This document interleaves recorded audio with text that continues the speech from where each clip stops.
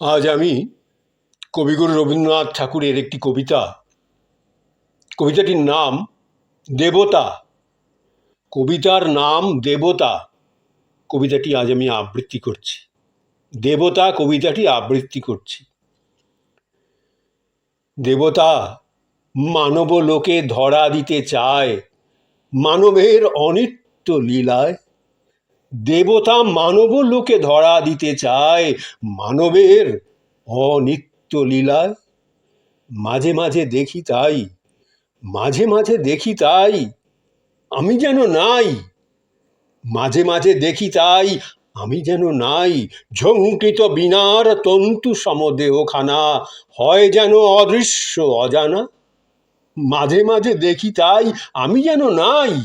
ঝঙ্কৃত বীণার তন্তু সমদেহখানা হয় যেন অদৃশ্য অজানা। আকাশের অতি দূর সূক্ষ্ম নীলিমায় সঙ্গীতে হারায় যায় নিবিড় আনন্দ রূপে পল্লবের স্তূপে। আমলকি বীথিকার গাছে গাছে ব্যপ্ত হয় শরতের আলোকেরও নাচে। মাঝে মাঝে দেখি তাই আমি যেন নাই। ঝঙ্কৃত বীণার তন্তু সমদেহখানা হয় যেন অদৃশ্য অজানা। আকাশের অতি দূর সূক্ষ্ম নীলিমায় সঙ্গীতে হারায় যায় নিবিড় আনন্দ রূপে পল্লবের স্তূপে। আমলকি বীথিকার গাছে গাছে ব্যপ্ত হয় শরতের আলোকেরও নাচে। আমলকি বীথিকার গাছে গাছে ব্যপ্ত হয় শরতের আলোকেরও নাচে। প্রেয়সীর প্রেমে প্রেয়সীর প্রেমে প্রত্যহের ধূলি আবরণ যায় নেমে। প্রেয়সীর প্রেমে প্রত্যহের ধূলি আবরণ যায় নেমে। দৃষ্টি হতে শ্রুতি হতে স্বর্গ সুধা স্রোতে ধৌত হয় নিখিল গগন। যাহা দেখি যাহা শুনি তাহা যে একান্ত অতুলন।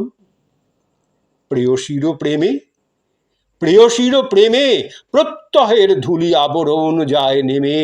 দৃষ্টি হতে শ্রুতি হতে স্বর্গ সুধা স্রোতে ধৌত হয় নিখিল গগন।